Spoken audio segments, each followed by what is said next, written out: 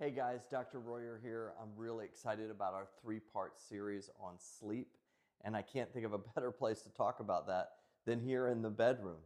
Can you believe it? A third of our life we're going to spend sleeping if we're sleeping well. A third. So if you lived to 99, 33 years you're going to spend sleeping. There's got to be something important about that if we spend a third of our time doing that. Actually, humans are the only creatures on the planet that purposely deprive themselves of sleep. Every other creature gets sleep because it's so important, but we have things that we think are more important that get in the way when actually they're not. So I've been doing this for 34 years, over 70,000 brains, and across the board, from kids with autism to people with anxiety, to elite athletes, to executives, to number one in the world in golf, number one in the world in tennis, to 15 of the NFL quarterbacks. All these individuals, the commonality is they all need sleep, but the more we improve the sleep, the better they perform. So no matter what that is, whether it's clinically or in the workplace or in the academic arena or on the sports field, it's all about sleep. So in this three-part series, we're first going to talk about the mechanics of sleep, how it works. 2, we're going to talk about how we measure sleep. And 3 is how we maximize it, okay? So in order to understand the mechanics of sleep, we need to realize that your body knows that you need to sleep. Even though sometimes we think otherwise, our body is saying, I'm going to have a backup mechanism to make you sleep. So then you have this backup, like default mechanism, and then you have this ideal mechanism for sleep. So they're both in place. They're both there that cause us to sleep, but we really want to be using this ideal mechanism of sleep that's more rhythmic. But first, let's talk about this default mechanism. This default mechanism that there's 2 processes, like I said, and this default mechanism is referred to as process S. Process S. It's a pressure system. It's there as a backup in case we're stupid and we don't sleep. It will make us sleep. So the moment you wake up, what happens is you start releasing this chemical inside of your body called adenosine.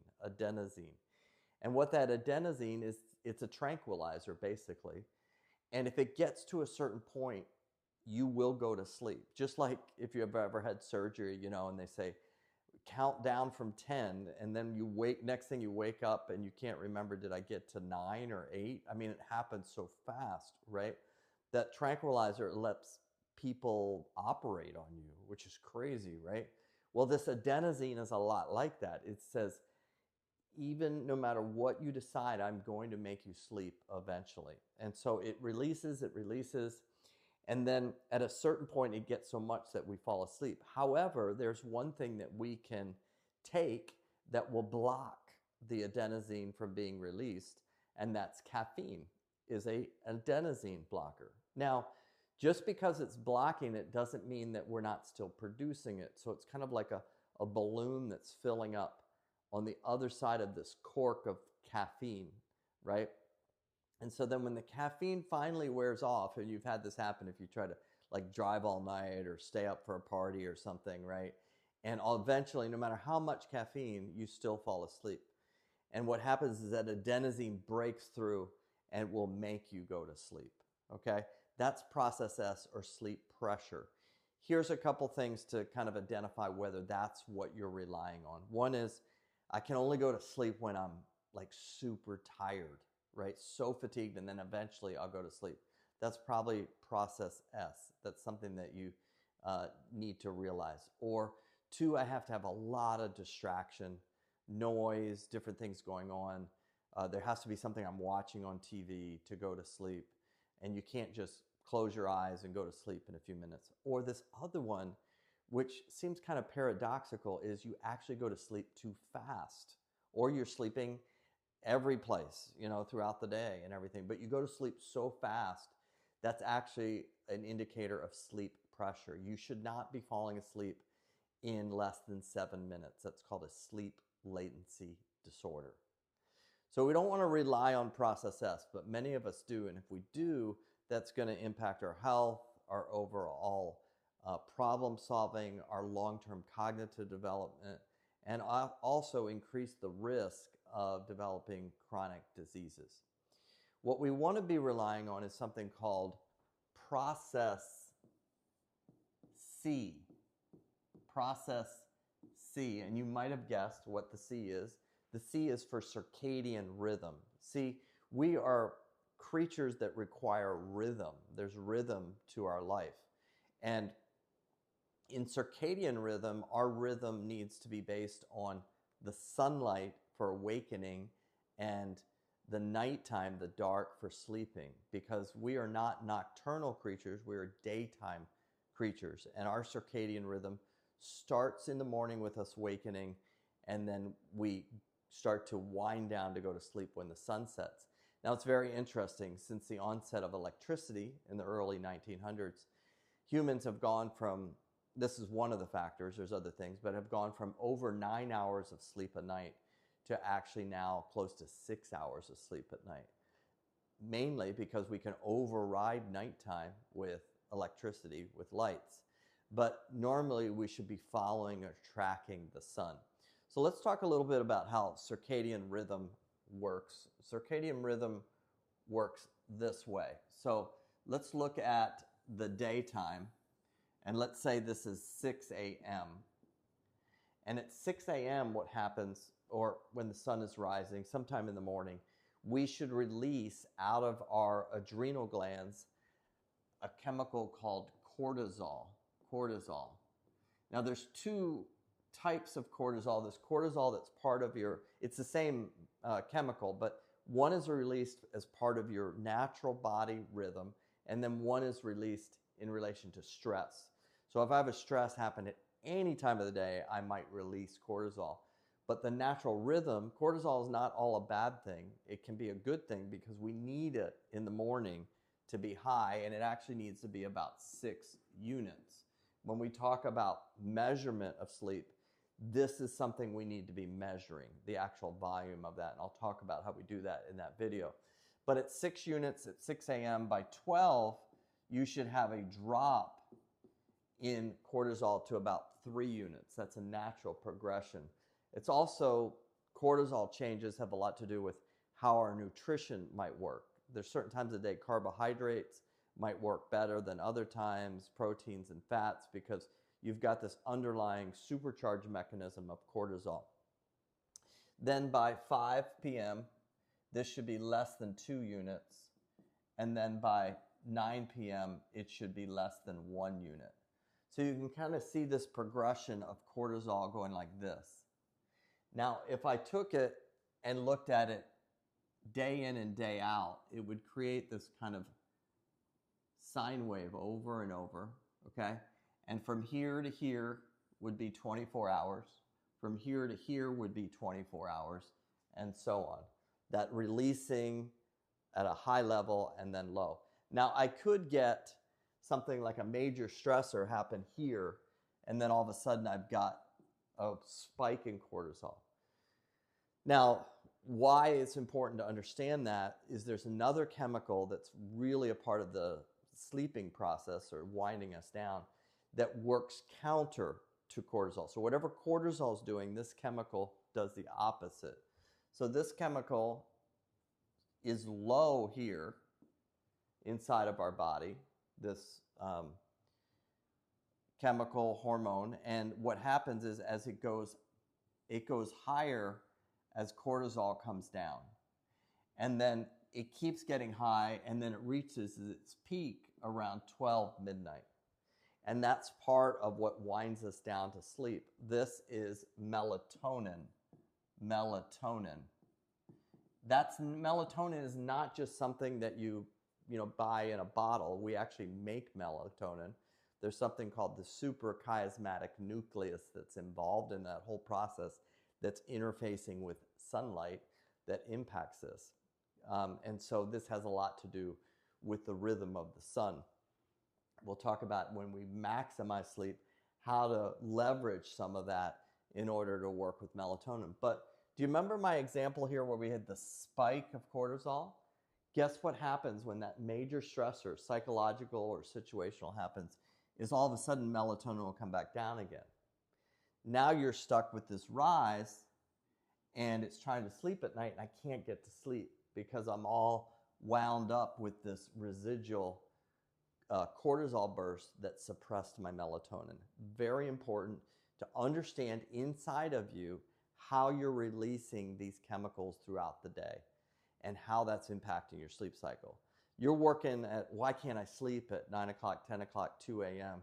We need to be looking at what's going on with your cortisol, because that's super important. Cortisol also manages things like your mood. It can set you up for metabolic syndrome, things like obesity, type 2 diabetes, cardiovascular disease, dementia, when the cortisol is out of balance. So it's really important that we understand that. Okay, so with that in mind, and we're developing this rhythm, well, why is this rhythm so important, this circadian rhythm? It's important because all these different things happen inside of us that are changing. There's a great phrase, a philosopher many thousands of years ago said, no man steps in the same river twice, because the river isn't the same and neither is the man. See, we're changing constantly, and you get that maybe like over months or years, but you're actually changing every minute. Things are changing in your body, and in the circadian rhythm, it's creating all these cardiovascular, temperature, insulin, all kinds of changes in your body are happening because of this rhythm. This sleep-wake cycle isn't just, I was asleep and I was awake. It impacts everything. So here's just a few things. Like when I first wake up, that cortisol, my blood pressure is going to be the highest that it's going to be. My alertness is going to be the best between 11 and 12. My coordination is best at 2:30. My cardiovascular efficiency is best at 5 p.m. And this one's very interesting. My body temperature is the highest at 7 p.m. And get this, it's the lowest at 4:30. See, body temperature has a ton to do with your circadian rhythm. That low body temperature is part of kind of the anchor that keeps you into sleep. So when we do talk about maximizing sleep, we're going to talk about how do we alter that body temperature or work with that so that we can stay anchored into sleep.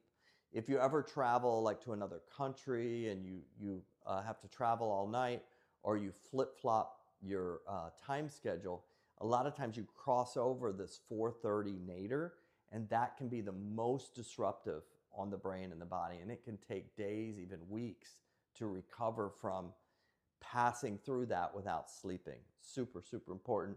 My deepest sleep is at 2. My melatonin secretion starts at 10:30. All these things are happening, and there's many more things are happening, but this is part of that sleep-wake cycle. That's why sleep has such a huge impact on our health, is because all these physiological things do impact that. Now, it is important that this rhythm is happening, like I said, within the daytime, because if we're having all this disruption at night, or let's say somebody's a third shift worker where they're sleeping during the day and they're awake at night, that is not what the human body was made to do. And those individuals, third shift workers, have a higher risk for every disease on the planet. I did a bunch of work for the NBA tracking athletes as they flew across the country and disrupted their circadian rhythms, and particularly in many cases would go from third shift in a sense to second shift to first shift. And what would happen and what we would always see is their testosterone would drop. Interesting.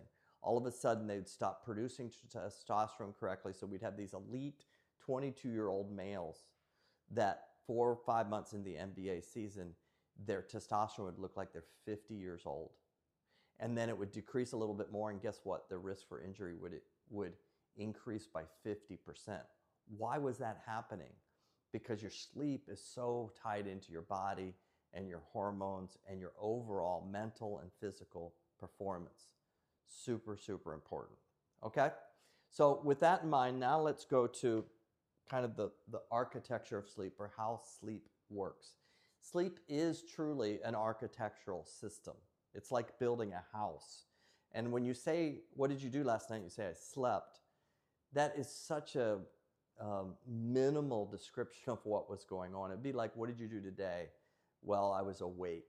Really? I mean, it was more than that, right? You woke up, you maybe spent your time with the family a little bit, then you went off to work, and at work you did like emails and appointments and problem solved and worked on spreadsheets and did Zoom calls, and then you came back and you took the kids to practice, and you had dinner, and you worked on some things around the house and maybe watched a show. I mean, it's like there's so many different things that happened during the day, right? So you weren't just awake, you were doing things. And this happens in sleep. And there's some really cool things that happen in sleep.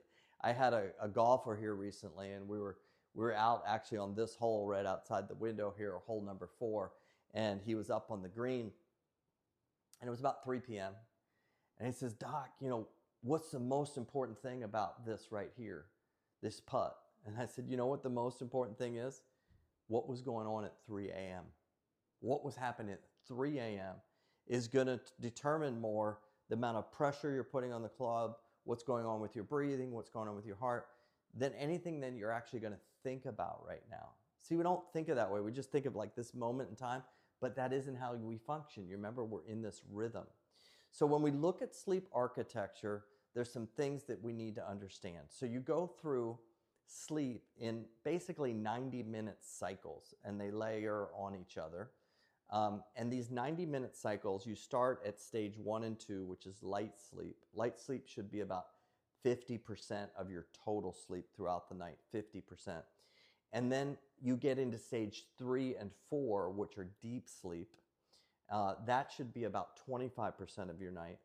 And then you, after a while of doing a few of those cycles, you then start to go down into REM sleep for 25% of the night, off and on as you go through these 90-minute cycles. So for summary there, deep sleep should be 25%, REM sleep 25%, and light sleep 50%. So let's look up here. This is sleep architecture. This is not gained off of a watch or an Aura ring or a Fitbit.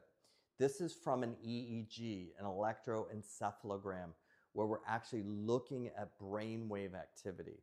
Every 4 seconds, we're taking a slice or an image of the brain, and we're putting them together to create these picture graphs here, which are basically all these thousands and thousands of slices come together so we can see what stage of sleep you're in. When we talk about measurement, we're going to talk about how important that is and how to get these exact measurements. So the first 4 hours of sleep, when I look at the first 4 hours of sleep, right in here, that's about halfway through the sleep cycle, is primarily these blue swatches. You see these blue swatches, those are deep sleep, and 25% of what's going on there throughout the entire evening should be deep. Deep sleep should be 25%. Now, this is primarily what's going on in my body. And you can see that a lot of this really happens during the first half of sleep. And that's kind of a preservation kind of thing. Like, think, you know, maybe thousands of years ago, somebody's running from a lion and they dip into a cave and they sleep for a few hours and then they get up again. Well, we need to restore the body first because I need that for tomorrow. It's like what's in my wallet. And so 90% of what's going on here is deep sleep.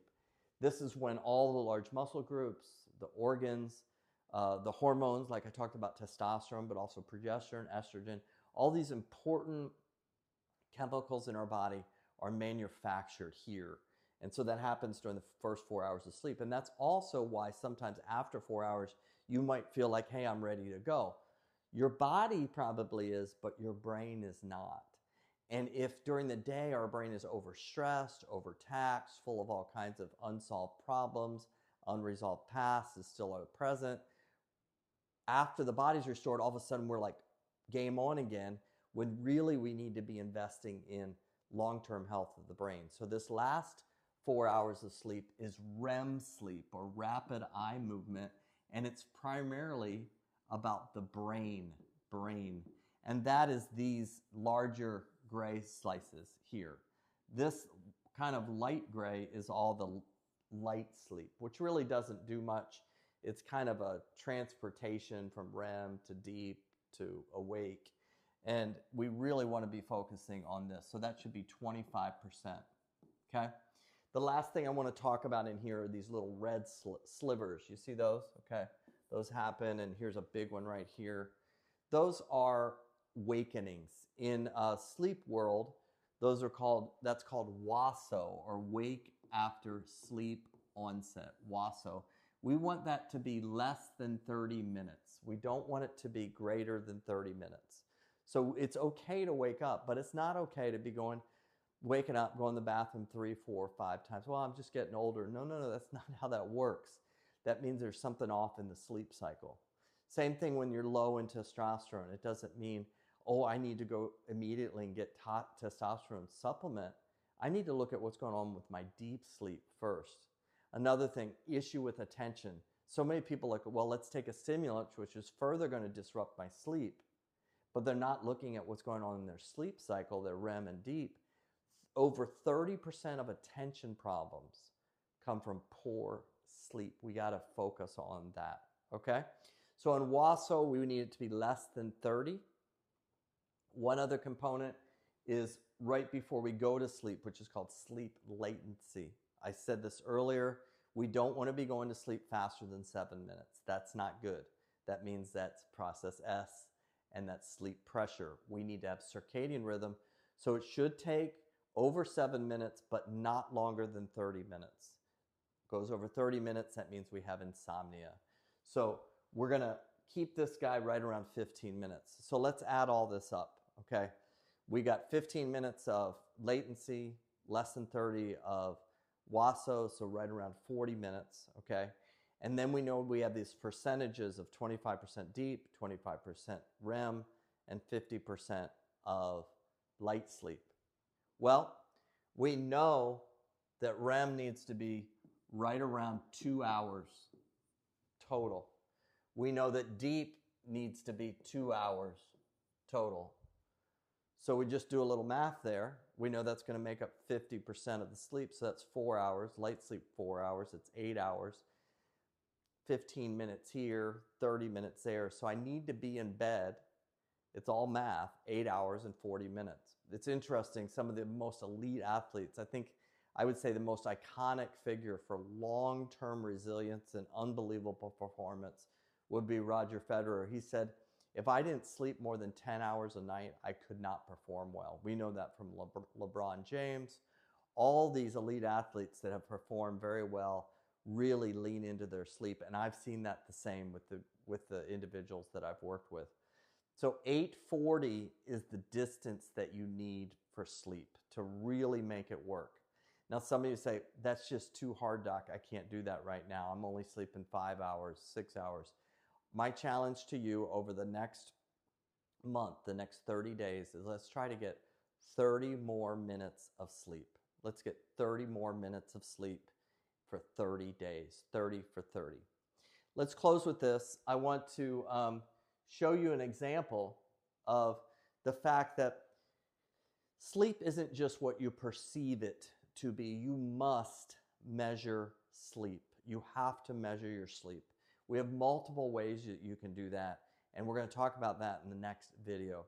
But here's an example of, I was at a conference and I was talking about sleep, and I said, from 1 to 10, with 10 being the best, do I have anybody in the room that's like a 9 or a 10?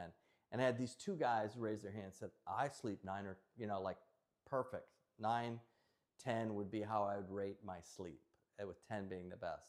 Great. So I sent them both home with a sleep study, and they came back, and one of them was like this, which I would rate this sleep study a 9 or a 10. This is a really good sleep study. Very, very good. But what's interesting, I had somebody else who his perception was that it was as good as it could be, and this is what his sleep looked like. Oh my word. Look at all the awakenings, the red. There's not even very little deep sleep, very little REM. This guy's in trouble. Like, his body is a mess, a train wreck, and so is the brain. And he has no idea. He thinks, his perception is, it's all good, and it's not good. And the problem is we rate sleep based on what was it feel like last week? What did it feel like a year ago? And it's very vague, or we're using devices that aren't very accurate for telling us about sleep. So next week, next time we meet, next video, we're going to talk about how do we really measure sleep architecture? How do we measure cortisol? How do we measure your vagus nerve and its impact on sleep? And then how do we measure how you're using oxygen at night when you're sleeping and not getting desaturations? Looking forward to that. Hopefully this is super important for you and that you'll apply this. And let's go ahead and make sleep one of our big priorities for the next 30 days. Let's grow.